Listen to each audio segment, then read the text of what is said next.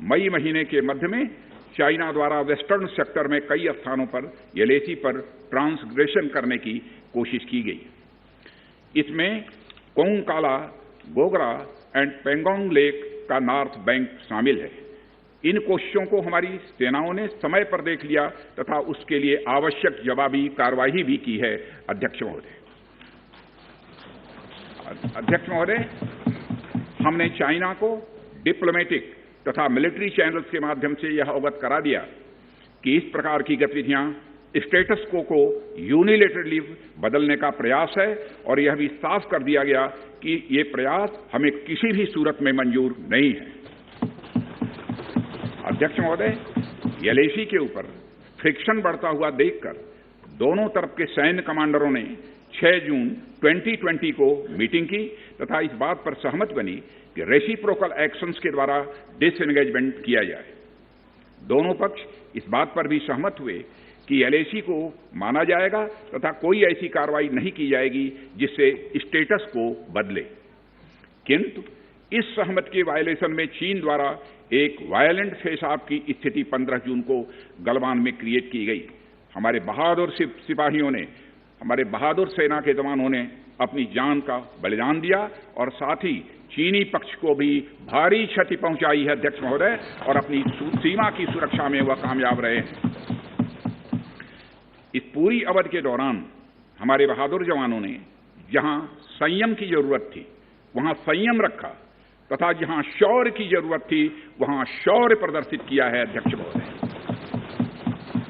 मैं सदन से अध्यक्ष महोदय यह अनुरोध करता हूं कि हमारे दिलेर जवानों की वीरता एवं उनके बहादुरी की भूरी भूरी प्रशंसा की जानी चाहिए। हमारे बहादुर जवान अत्यंत मुश्किल परिस्थितियों में अपने अथक प्रयास से समस्त देशवासियों को सुरक्षित रख रहे हैं। एक ओर किसी को भी हमारे सीमा की सुरक्षा के प्रति हमारे डिटर्मिनेशन के बारे में संदेह नहीं होना चाहिए।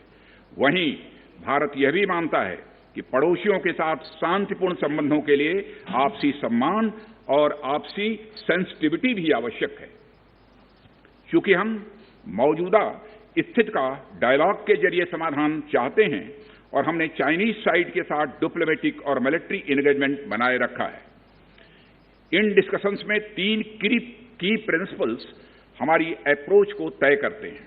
फर्स्ट, दोनों पक्षों को एलएसी का सम्मान और कड़ाई से पालन करना चाहिए। सेकंड, किसी भी पक्ष को अपनी तरफ से यथास्थिति का उल्लंघन करने का प्रयास नहीं करना चाहिए। और थर्ड, दोनों पक्षों के बीच सभी समझौतों और अंडरस्टैंडिंग्स का पूर्णतया पालन होना चाहिए।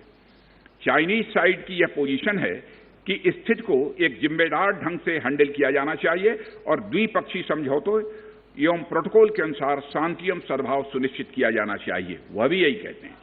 जबकि ये डिस्कशन चल ही रहे थे, चीन की तरफ से 29 और 30 अगस्त की रात को प्रोवोकेटिव सैनिक कार्रवाई की गई, जो पेंगोंग लेक के साउथ बैंक एरिया में स्टेटस को बदलने का प्रयास था। लेकिन एक बार फिर हमारी आर्म फोर्सेस द्वारा टाइमली और फॉर्म एक्शंस के कारण उनके प्रयास विफल कर दिए। अध्यक्ष महोदय, जैसा कि उपर्युक्त घटनाक्रम से यह स्पष्ट है, चीन की कार्रवाई से हमारे विभिन्न द्विपक्षीय समझौतों के प्रति उसका डिसरिगार्ड पूरी तरह से दिखता है। चीन द्वारा ट्रुप्स की भारी मात्रा में तैनाती किया जाना 1993 और 1996 के समझौतों का यह उल्लंघन है। एलएसी का सम्मान करना और उसका कड़ाई से पालन किया जाना सीमा क्षेत्रों में शांति और सद्भाव का आधार है और इसे 1993 एवं 1996 के समझौते में स्पष्ट रूप से यह स्वीकार भी किया गया है। जबकि हमारी आर्म्ड फोर्सेस इसका पूरी तरह से पालन करती हैं। चाइनीज साइड की ओर से ऐसा नहीं हुआ है।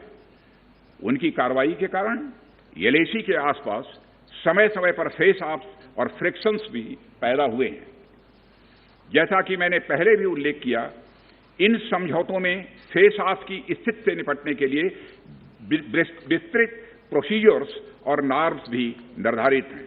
तथापि इस वर्ष हाल की घटनाओं में चाइनीज फोर्सेस का वायलेंट कंडक्ट सभी म्यूचुअली एग्रीड नॉर्म्स का पूरी तरह से उल्लंघन है।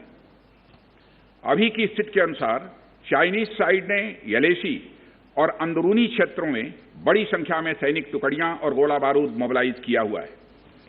पूर्वी लद्दाख और गोगरा और कोंकला और पेंगोंग लेक का नॉर्थ और साउथ बैंक पर कई फ्रिक्शन एरियाज हैं। चीन की कार्रवाई के जवाब में हमारी आर्म्ड फोर्सेज ने भी इन क्षेत्रों में उपयुक्त काउंटर डिप्लॉयमेंट्स किए हैं अध्यक्ष महोदय, ताकि भारत के सिक्योरिटी इंटरेस्ट को पूरी तरह से सुरक्षित रखा जा सके।